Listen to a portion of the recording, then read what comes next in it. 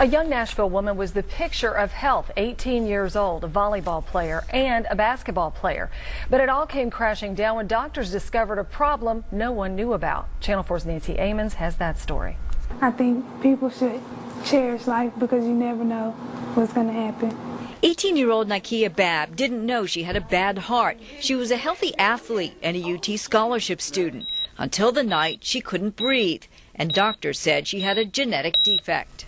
They just said that her heart is just not going to make it, so there's no other alternative but to have a heart transplant.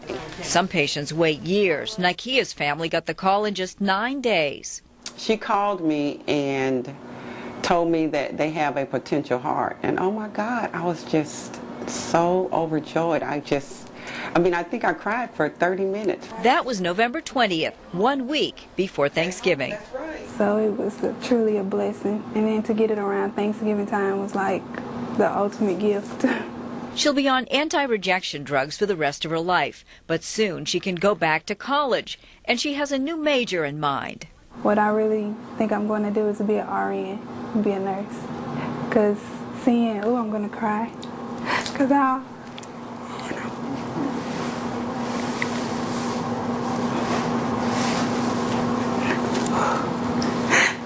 the nurses here have helped me so much. I think it's what I should do. Nikia's tears now are tears of joy for another chance at life. Nikia is going home from St. Thomas Hospital today. The doctors say she'll be good as new in about 3 months, and her family wants to thank everyone who's been praying for them. Guys, we wish her well. You can tell how grateful she is. Thanks so much, Nancy. Well, Nikia is a graduate of Maplewood High School. She's one of only about 50 students who were chosen for early admission into UT, and she also landed a big scholarship.